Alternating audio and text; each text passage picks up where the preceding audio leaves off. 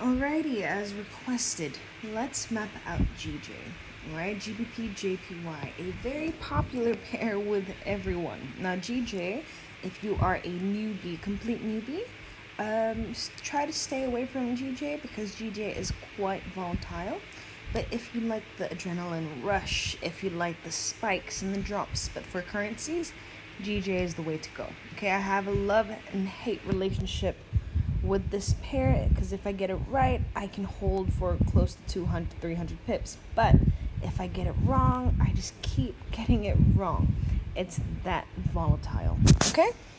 So, looking at it from the monthly perspective, I can see where the current price is at, which has not been in this price area since around 2014, 2015. So it's about 7 to 8 years already for it not to be this high up. Okay, so if we look at that, we can see that the current price is in this monthly engulfing buy that failed. Okay, not only that, it's also tapping into this engulfing sell. So from the monthly perspective, we can try to catch a very strong sell for GJ. But from where? Okay, that is the problem. But from where? Now, if I go even to a smaller time frame, right? Let's take a time frame by time frame. On the weekly perspective, the current price is here. So you can see that the current price on the weekly time frame, it is testing this engulfing buy that failed, right? This engulfing buy that failed. So on the weekly perspective, still a sell potential is still there. We switch down to daily to see. On the daily perspective, same thing. It is testing this engulfing buy that was our support before breaking, and you can see as the support breaks, it becomes a resistance, right? So you can kind of see the movement. It was a support before, and we can use this engulfing buy if we drag it out. So we have data that this is supporting it, and engulfing buy meets a buy before breaking. So now that it's testing this buy fail, the daily perspective also has a sell potential. Okay, also has a sell potential.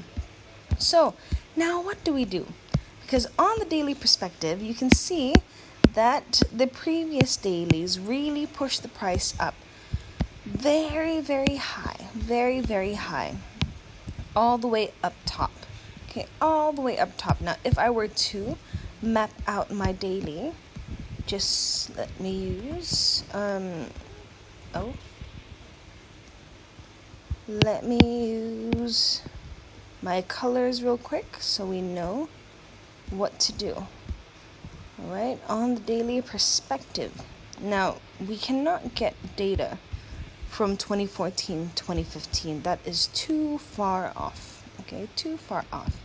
But on the daily perspective, we know that the daily candle cannot close above 183.366 because once it crosses that, the price could shoot up even higher to test this area over here, which was a buy fail with a lot of engulfing sells. Okay, so this would be the next zone.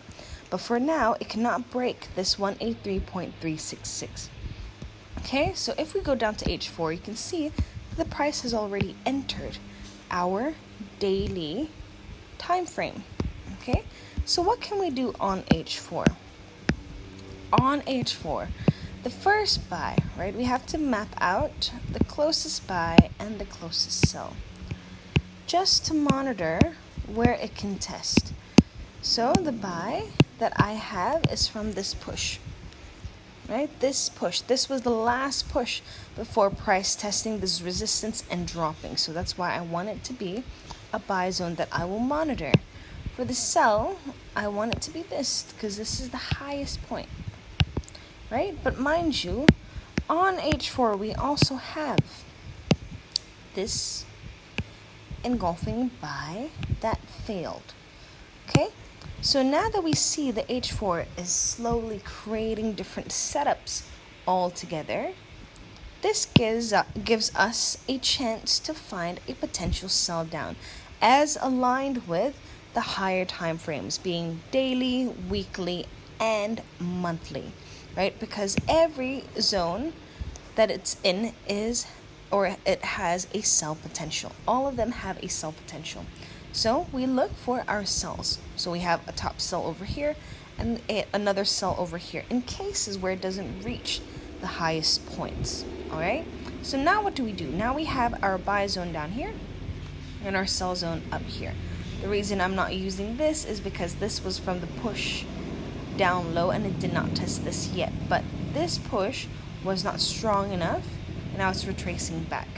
But this was the push that pushed up to the resistance, and you can see it, multiple wicks with engulfing sell meets engulfing sell. So I want this to be my buy instead of this. This is much, much stronger than this. All right. So now current price is over here. What do I do next? I go down to M15 to try to find my key levels. And like I said, I have to look at the zone and try to find an area where it plays with support and resistance. The price has to bounce like support and resistance.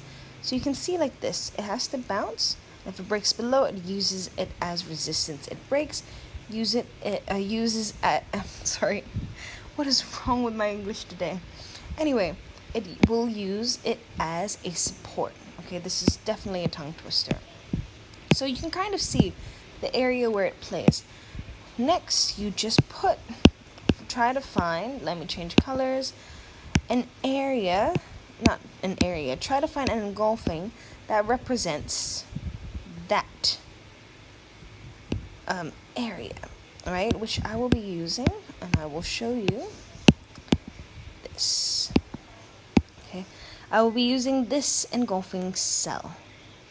This engulfing cell, because it's the first engulfing that I can see represents that area. Support, broke through, became resistance, broke through, became support. All right, so now I have my key level for the buy. Now we look for the key level for the sell. Again, support and resistance. Support and resistance. I see support, resistance. So it should be around here, right? It should be around here. What do? I find an engulfing, again, to take as reference for my key level. Oops. Very shaky again.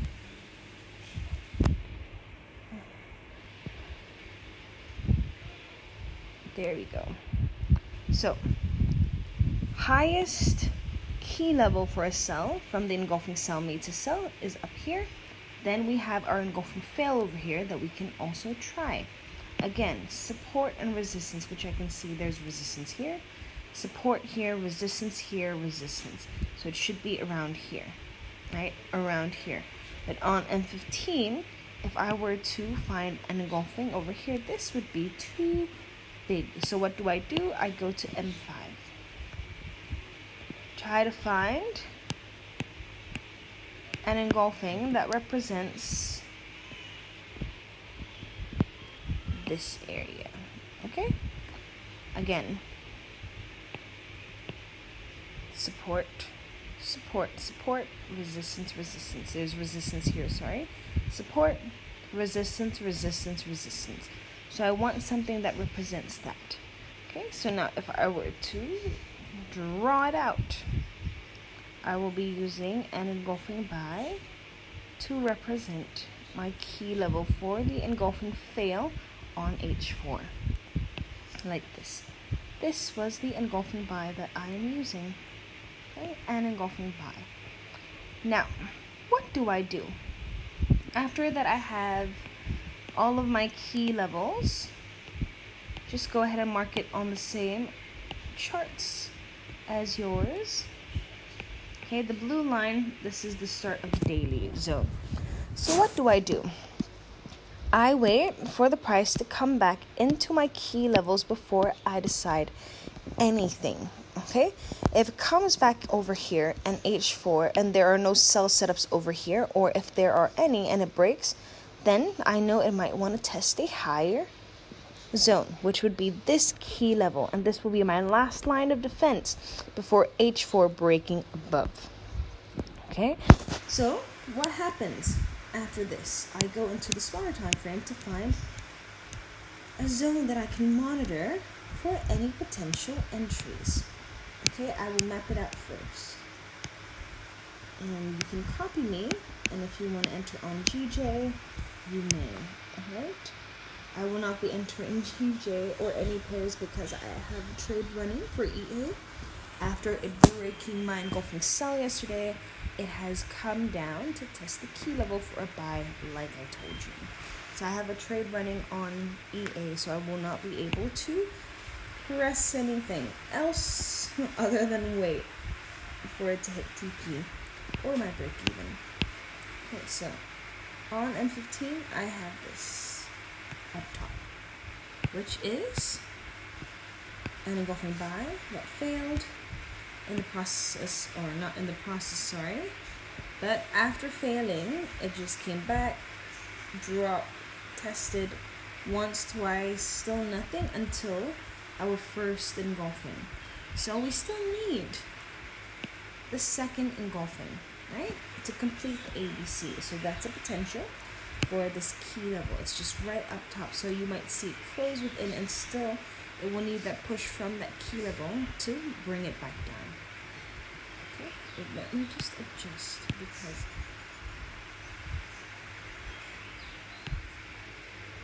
there we go. Oops. Okay, I want to mark it precisely. So it's taking the top of the key level. Okay, now I try to find a zone over here in F15 for me to monitor that's happening in or around the key level, and I have this. Okay, an engulfing buy that failed. Price has yet to create any engulfing sells except for this. After it came back, first one closed within. You can see that mini close in the zone before creating this engulfing sell. So both of the key levels on the sell perspective on H4 still has an M15 EFEG in both of the key levels. So if the price comes in, closes within this zone and creates a sell, then you have confirmation from the sellers that they are trying to push the price down over here, and you can enter as soon as the engulfing sell is made, meaning it comes in, closes within, drops down as the sell candle, closes that M15, and if it closes as an engulfing sell, you may enter on the next candle, the opening of the next candle, right? There will, of course, always be minor float if the volume is not ready to go yet, but even if the volume is ready to go, you would still be floating a little bit from that spread. Okay, so don't worry too much about the float. Worry about trying to get the strategy right, because it doesn't matter if you use the strategy. Of course, no strategy is 100%, but if you follow it and you stick to it, you wait for it to complete its setups, you will win in the long term. Okay, now in cases where the price comes in and M15 decides to close above, breaking this area, whether it has created a sell already and then it broke, you can cut your losses from here. Then you wait for the next area, right? Wait for it to test over here. Now, if you want to get an even more sniper entry, try to find an M5 zone, okay? Try to find an M5 zone. It's even better if it's in the key level, because sometimes price just likes to take either M5 or M15, so you have to keep switching both. But M15, if you can find a setup, will give you a higher pip movement than the M5 setup. Okay? Sometimes when you see M5 and M15 together in the same area, same zone, you just have both confirmation, even better. Alright, so that's it for GJ. Please monitor if you want to enter. Like I said, I cannot enter anything for today because I have, as you can see, I have my buys over here that is running for EA. So I am going to wait for that first. But either way, I already mapped out these for you. just copy and paste it on your charts and see how it goes, right? Just see how it goes, because my key level up here is 181.868 to 181.955. Then the lower one is 181.461, 181.541. If you're able to catch a sell from here, wait for the price and it drops down, right? It drops down. You have to monitor. You want H4 to close below this wick to kill the buyers completely before this completing the whole drop, because there is also a chance for it to use this as a bounce up. So if you caught the sell, watch H4, monitor the closing of the H4 to close below this low. Then after that, it's a clean shot down to the engulfing buy over here, and you just monitor. If the price comes down and creates no buy setups, you just hold your trade and look at the next buy and the next buy and the next buy. Okay, but if the price comes in and it decides to create a buy setup, either you can TP everything or separate even in cases of it just doing a quick retrace from the sell before dropping down even lower. So everything comes down to your risk management and just kind of balancing your fear and greed in the market. Okay, so that's it for GJ. Good luck today. Don't rush, because there are two news on CAD and USD, and USD does, although GJ is not a pairing of, it's not a crossing of USD, but the movement, that spike and that drop, that instantaneous movement of volume, high volume, does impact GJ. Okay, from the correlation of things that uses a GBP like GU and all those.